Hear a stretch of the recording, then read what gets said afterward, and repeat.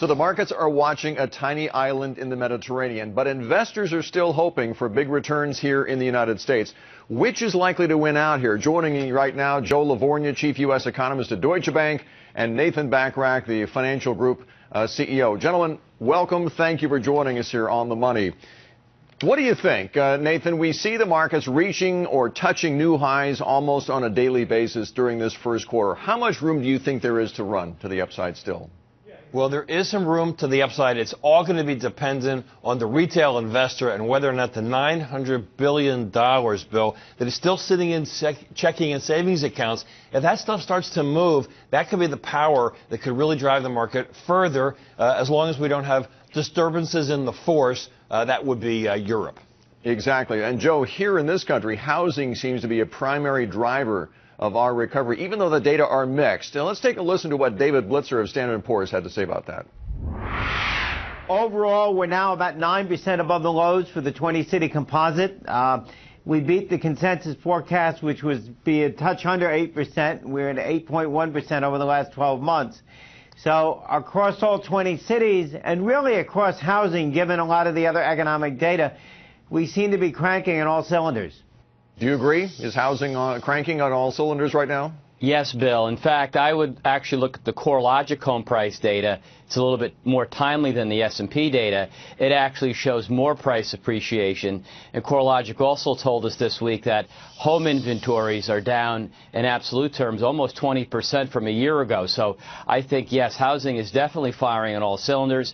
Total economy-wide spending is worth about 20% of GDP. On average, it's only been about 17%. So the housing sector really can provide us with a tremendous lift this year and next and keep us largely immune, I think, from what's happening overseas. All right, so we know what's right now, Nathan. What could get in the way of the market, though? It's largely been ignoring the latest European issues, the banking crisis in Cyprus. Right. Are there roadblocks that people are not thinking about right now?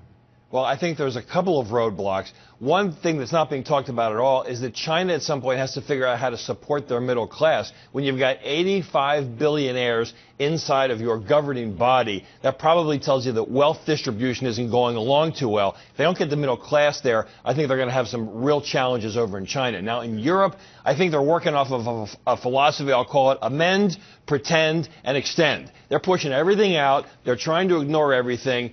And on the one hand, a retail investor might say, well, gee, I'm really concerned. Well, on the other hand, we've seen this book before. We've got the videotape. We've got the T-shirt. And it's 2008, 2009. I think Europe's going to continue to do whatever Europe needs to do in order to keep their corporations making money and their economy stumbling forward. Joe, how do you think Cyprus ends? And how much attention should we be paying to it, you think?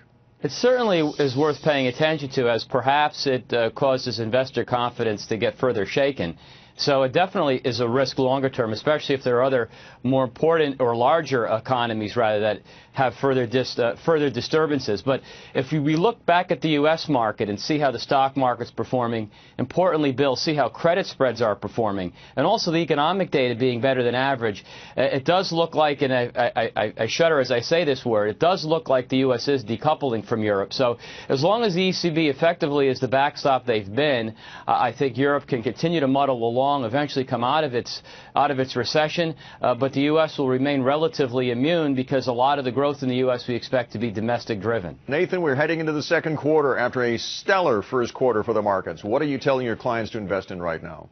Well, I like large cap growth. When I took a look at Con Edison, which gives you electricity to power your set, and they're selling at 16 times earnings, and I take a look over at some very large multinational corporations here that are selling as a group, large cap growth, selling it at a group at about a 25% discount to its traditional PE ratio. I say one of the first things an investor can do to improve their portfolio without putting more money in stocks would be to move some money over, if they've made money in small caps, if they've made money in mid caps, move it over to large cap growth. That's what I would do on the stock side. And on the bond side, I would shorten up my duration, which is the amount of hurt you're going to get if interest rates go up. The ag is somewhere in the 5s. I go towards 5 and maybe even to a 4.5% to 5% duration on my bond portfolio right now, so that a rise in interest rates can't hurt my bond portfolio. Very good. Joe Livornia, Nathan Bachrach, good to see you both. Thanks for joining us. Thank you, Bill.